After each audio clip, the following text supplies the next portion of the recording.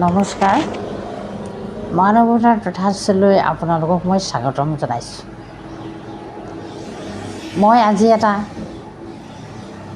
মহান কাহিনী আপোনালোকৰ আগত অৱগত কৰিম। মহান কাহিনীটো হ'ল মহাবীৰ হনুমান।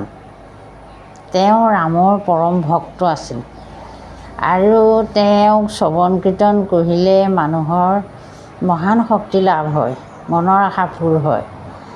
লগতে তেওঁ ৰামচন্দ্ৰক যেতিয়া সীতা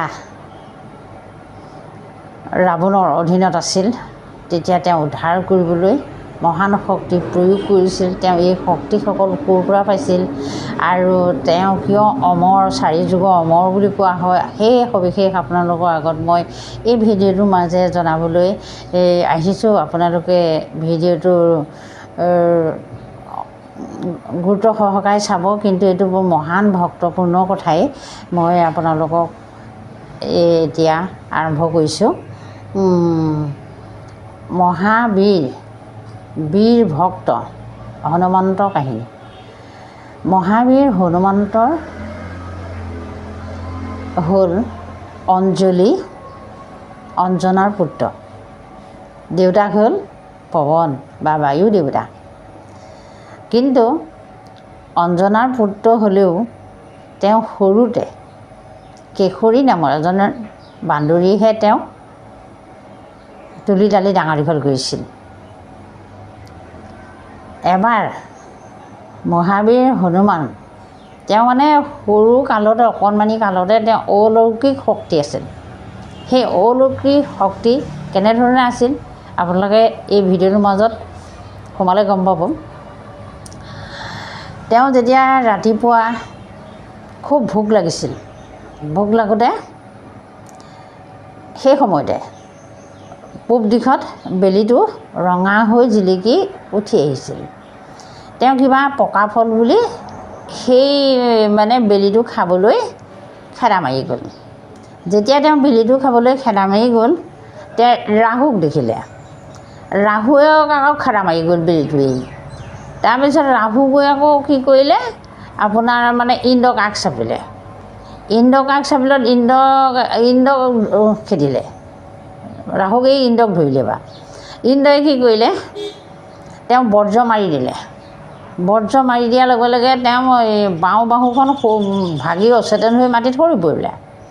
তেনেকুৱাতে বায়ু তেওঁ পিতৃ নহয়, বায়ু দেৱতাই দেখি পেলাই অচল হৈ ৰৈ আছে। চব স্তব্ধ হৈ গ'ল। জীৱ জন্তু কোনো উশাহ ল'ব নোৱাৰা হ'ল। ৰৈ দিলেতো, বায়ুৱে তেওঁ বায়ুৰ প্ৰৱণতাৰ প্ৰয়োগ নকৰিলে। তাৰপিছত ব্ৰহ্মা দেৱতাই ভাবিলে জীৱকুল এতিয়া মৰিব, এতিয়া চব ছটফটাবলৈ লাগিলে। আহি লৰালৰিকৈ ব্ৰহ্মাই এই বায়ু দেৱতাক ক'লেহি, কাকুতি কৰিলে, এইখিনি কাম নকৰিব, বায়ু সকলো জীৱ জন্তু মৰিব। তেনেকুৱাতে ব্ৰহ্মাই তেওঁক বৰ দিলে, হনুমানক বৰ দিলে, তেওঁ অমৰ বৰ দিলে। তাৰপিছত আপোনাৰ বায়ু দেৱতাই, বায়ুৰ পিতৃয়ে অগ্নি দেৱতাই তেওঁক জুইত নমৰিবৰ কাৰণে বৰ দিলে। জল দেৱতাই তেওঁক পানীত পৰি নমৰিবৰ কাৰণে বৰ দিলে।